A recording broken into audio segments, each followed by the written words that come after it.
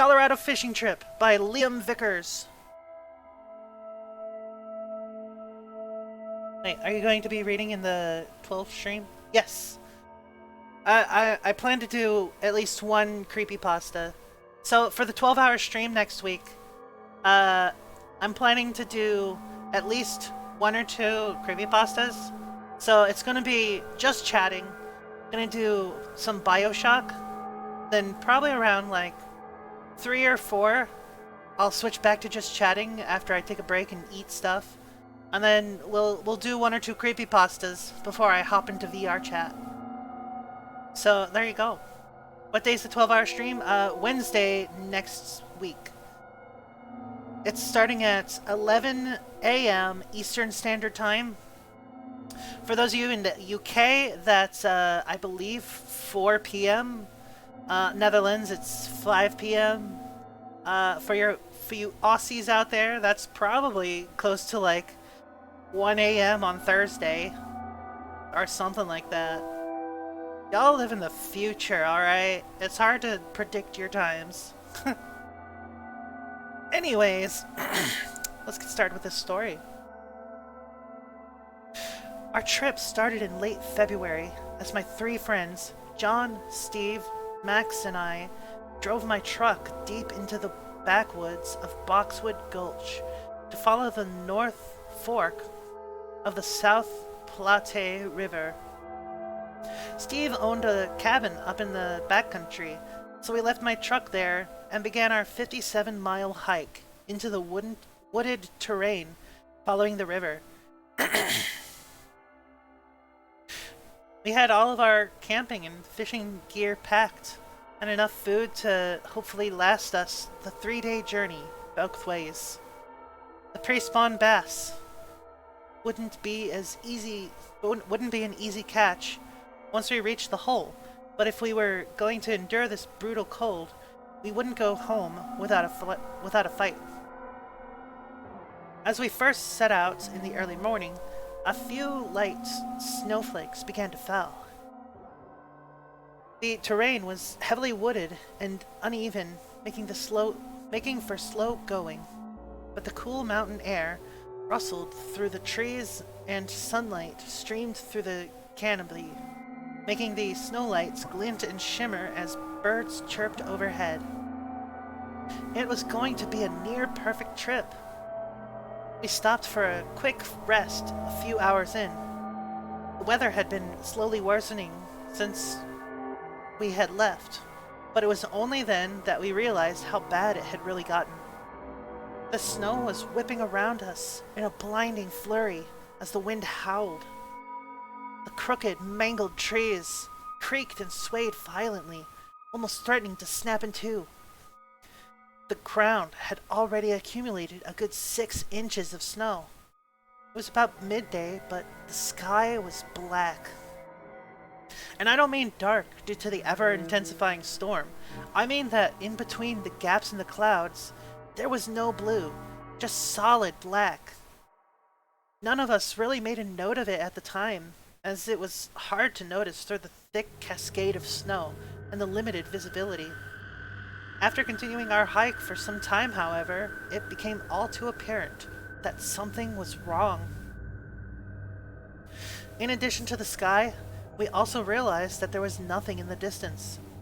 There should have been some mountains or something like there had been at the start, but no matter which way we turned, the world only seemed to extend 50 or so feet around us. Then it disappeared into the blizzard. It was nighttime now, or at least it was dark out. My watch, however, read 2 o'clock in the afternoon. As we walked forward, new things slowly came into view, but everything behind us disappeared, and although we could progress further, we couldn't seem to double back. Once we left something behind us, we couldn't reach it again. Steve had forgotten his lighter a little while back when we stopped to eat, but when we tried to turn around and go back, we were greeted by a wall of snow and fog impossible to see through. Our flashlight's beams didn't penetrate the fog, They stopped as they hit it, as if it was a physical wall. Tendrils of vapor danced across the indistinct surface, and the gray void behind it seemed to extend into eternity. Curious, Steve slowly reached out and moved his hand into the fog. First, his fingertips disappeared, and then his whole hand vanished into the haze. We all stood in disbelief, looking at the wall, which was impossibly tall and extended as far as we could see. There was no real gradient to it. Things didn't fade into the distance. There was a clear line where the wall began, and nothing was visible beyond that point. We were making a note of all this when Steve muttered something. "What was that?" I asked. He stammered. "I can't feel my hand." He said this slowly, as if realizing it as he said it. Puzzled, he retracted his hand slowly, and then he screamed. His glove was shredded, almost disintegrated, and his hand looked like it had been forced through a wood chipper. Deep gashes revealed white bone underneath, and what fingers were left were stripped clean. We all panicked. "Oh God! Oh God, this is bad!" Max cried. Steve simply stood, clutching what was left of his hand and hyperventilating. We had to get him to the hospital, or he would certainly bleed to death. But we were almost a day's walk from Steve's cabin, which was already remote enough. We were all frantically checking our phones for a signal. Then the worst happened. Steve fainted. His eyes closed, his legs buckled, and he fell forward into the fog. None of us noticed at first, but when we finally did, all we could see were his legs protruding from the mist. We immediately, without thinking, rushed to pull him out. We grabbed his legs and strained to drag him back into view.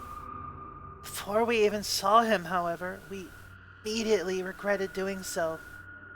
We somehow knew what we would find. The thing we dragged out was not Steve. Not anymore.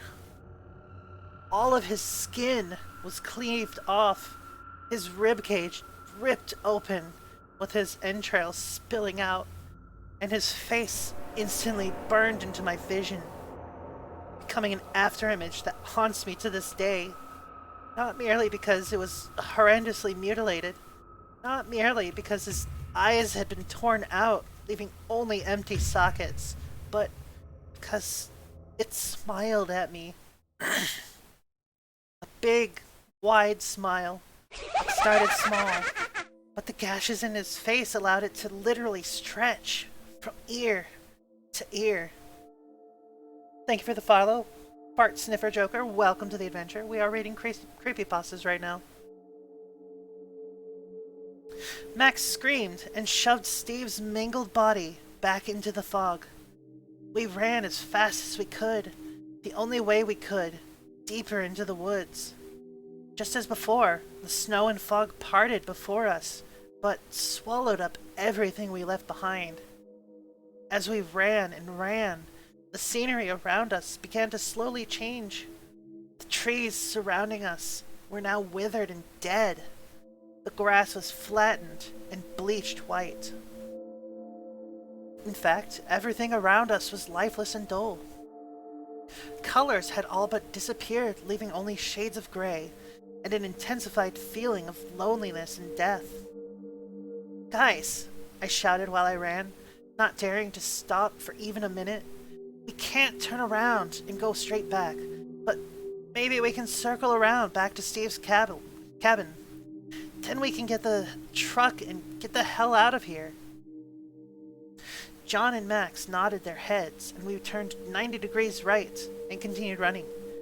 Eventually, we ran through what appeared to be a herd of deer, all of which were laying on the ground, gray and lifeless, hacked to pieces. Blood soaked the snow-covered ground. As we ran through the herd, dodging corpses, it was hard not to notice that their dead, lifeless eyes seemed to follow us. When we felt confident enough that we wouldn't be doubling back on ourselves, We turned towards Steve's cabin, towards safety. We ran for at least another hour. Eventually, however, none of us could run any longer. Our bodies simply wouldn't allow it. We were forced to stop. After some time, Max, John, and I managed to get a fire going despite the snow and damp tinder. We had hoped that it would bring some sense of warmth and security, but we were wrong. The flames were a bright orange hue, bleeding some color into the gray stale world. It clearly did not belong. Nor did we. Nobody expects the Spanish Inquisition! Oh, thank you for the raid, Kumi. Kumiya! Thank you so much for the raid! Hi! I am reading a creepypasta right now. Let's get a shout out for Kumi. Thank you so much for the shout outs. You were playing Phasmophobia? Oh shit. Perfect! From one spook to another. Also, thank you so much for the follow, Rio Kenpachi. Welcome to the adventure. Hey! The creepypasta we're reading right now is called Colorado Fishing Trip. And it's by, what was it? Liam something. Liam Vickers. Hope you had a wonderful stream over there, Kumiya. Alright. Anyways, back to the spoop. Back to the super spoopy. The longer the flames crackled and popped, the more we began to hear something. Distant and quiet at first, but slowly growing closer, louder, and more numerous. A chorus of blood-curdling wails and moans soon filled the stagnant air around us. Focused on the fire and pretending to be safe, mesmerized by its beauty, we didn't immediately notice a mangled deer carcass slowly dragging itself out of the fog and into view. Nor did we notice the second, nor the third. Finally, we snapped out of our trance, just in time to scramble to our feet in terror as a myriad of different animal carcasses clambered out of the fog, drawn to the strange light of the fire. We were intruders in their world. I was paralyzed by fear, unable to breathe. The corpses moved with a surreal and broken haphazard toss of limbs, as if poorly animated puppets.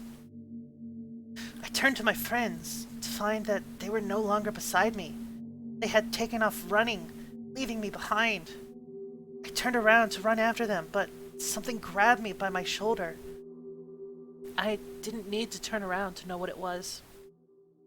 I could tell by the hand gripping my shoulder, a hand that looked as though it had gone through a wood chipper. I flailed and managed to free myself before it could get a good grip on me and took off running. I didn't look back. No way did I want to see that face of what was once my friend. I could no longer see John or Max, and I assumed that they must have been ahead of me, but I was the one with the keys to the truck, and Steve had the keys to the cabin. It wouldn't be any safer if I couldn't meet up with them, so I ran and ran, faster and for longer than any human could possibly do under normal circumstances.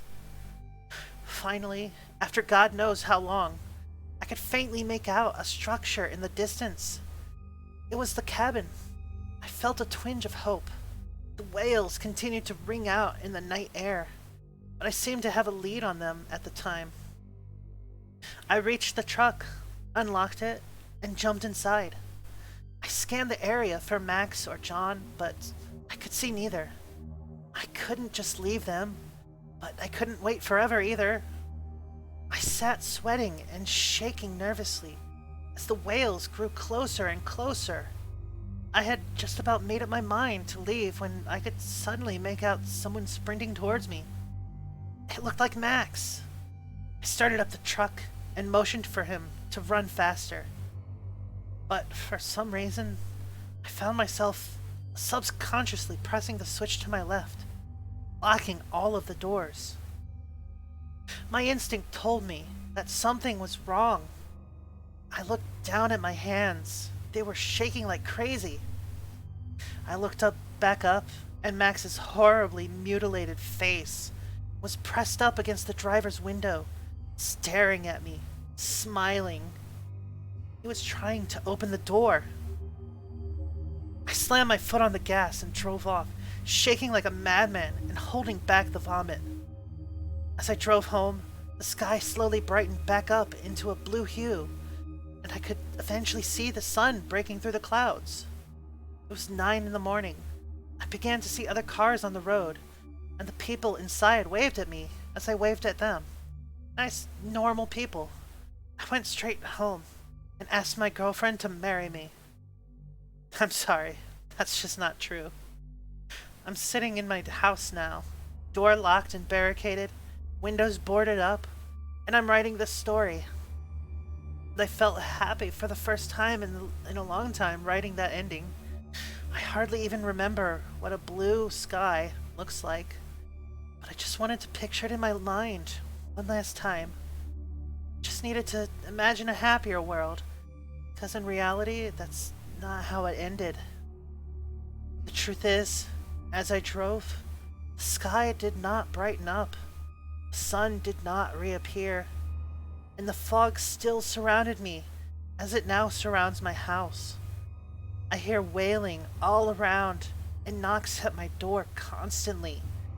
And when I look through the peephole, all I ever see is some thing smiling at me. The stench of death is everywhere. The phone doesn't work. The TV and radio broadcast nothing but static. I hear the locks on my door being undone at night. I must constantly keep watch and relock them. I'm simply waiting for the night they get into my house when I forget to check the door, or when they break through a window, or when I wake up in the middle of the night to see them next to me. Their smiles, inches away from my face. And that is the end of the story. That was a Colorado Fishing Trip by Liam Vickers.